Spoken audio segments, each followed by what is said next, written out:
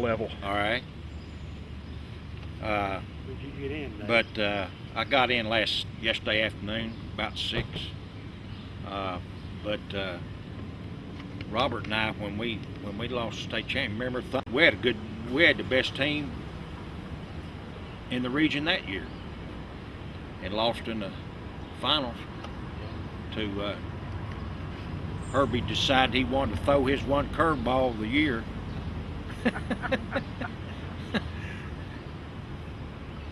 And he was bound determined he's going to throw it. You couldn't listen to you, Oh, Lord. You know, when Herbie made his mind up, that's it. He wasn't going to do nothing else. straight ahead. That's sort of like the way you were.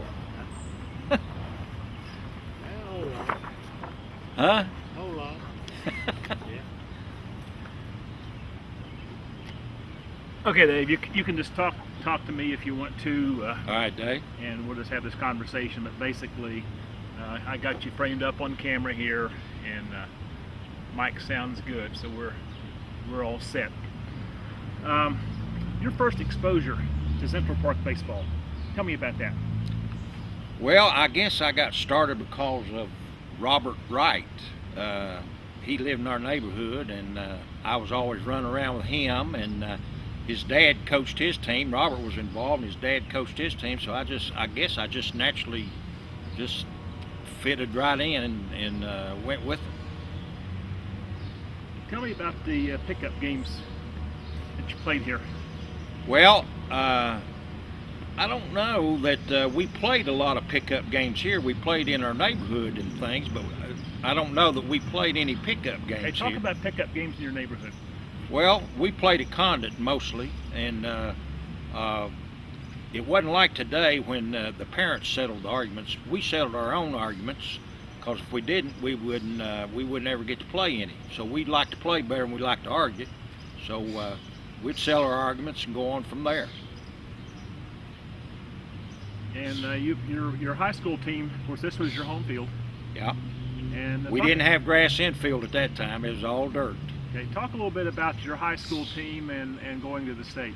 Well, actually, my 3 years in high school, we should have gone to the state tournament all 3 years. We had Jim Host and Robert Wright and a bunch of other good players my sophomore year.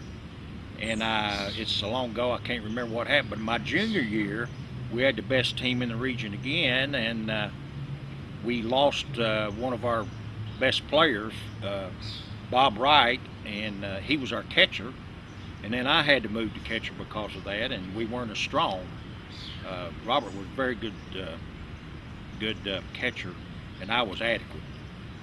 And then my senior year, we went to the state tournament, but when we went to the state tournament, I had to go back to catcher again because Jimmy Murphy didn't get his grades, and so I had to go back to catcher again, and again that weakened our team, and we lost to Owensboro.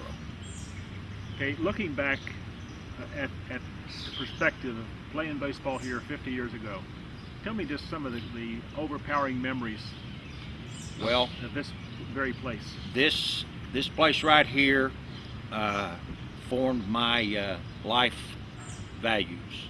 Taught me how to compete, how to mix with other people, how to work together with other people to achieve a goal, accept other people for what they were. It just taught me life skills that have stayed with me all my life. I remember I have been fortunate in my coaching career to play in Duke, Cameron Indoor Stadium, Carolina, Maryland, Alabama, all those places, been to Guantanamo, been all kind of things. But the greatest memory that I have in my sporting career is winning the championship here in the what was then the Little Leagues, and going to Cincinnati on the train to play in the Knot-Hole tournament, riding a train down there, going to see a Cincinnati Reds baseball game, and going to Coney Island. Greatest memory in my life. I couldn't have written that better. It goes That's to me great. too, Dave. Huh? It goes to me too. I mean, I've fantastic. done a lot of things, but That's the greatest memory in my. I'm gonna have you change the angle because the sun's changing on us. Uh, Let me get you. Get up. I'll move the chair right over Oh. here. But that I never done all that other coaching you done, huh? but I never done all that other coaching you done, but what you said, boy, hit the nail on the head. Get you right here. I couldn't. That was the greatest thrill of a lifetime. That's the only time we got to go away from home. Yeah.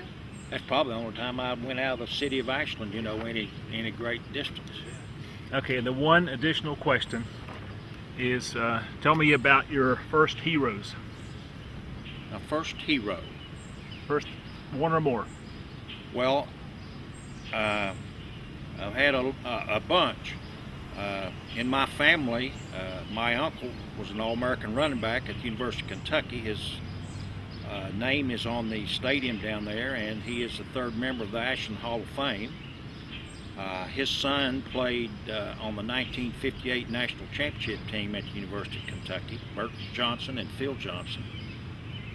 And then my cousin, Eve Woods Jr., was a great influence in my athletic career because he was always an outstanding athlete in just about anything that he tried to do. And I guess any Ashland Tomcat or any University of Kentucky Wildcat was a hero of mine. I just idolized them and tried to emulate them and do anything that they did. But I guess the guy that got me into the playing sports and for a team and things like that was Robert Wright and his dad, Mr. Wright, T.R. Wright, who this field press box is named for. And I would say that they were a big influence on my life in getting my career started.